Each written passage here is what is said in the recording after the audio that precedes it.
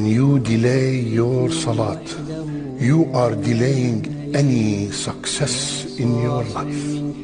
You are delaying happiness. You are delaying marriage. You are delaying finding a job. You are delaying being successful in anything. What's the dalil? Hayya ala salah, hayya ala al-falah. I have no time. Come to salat, come to success. And I'm delaying coming to success.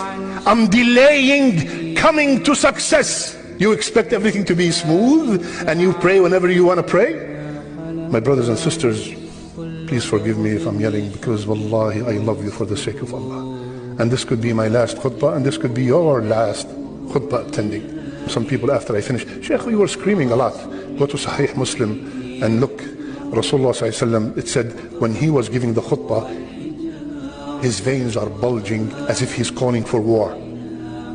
This is how concerned he was about his ummah. And I'm only trying to imitate him. Make the intention that from now on, all my salawat on time.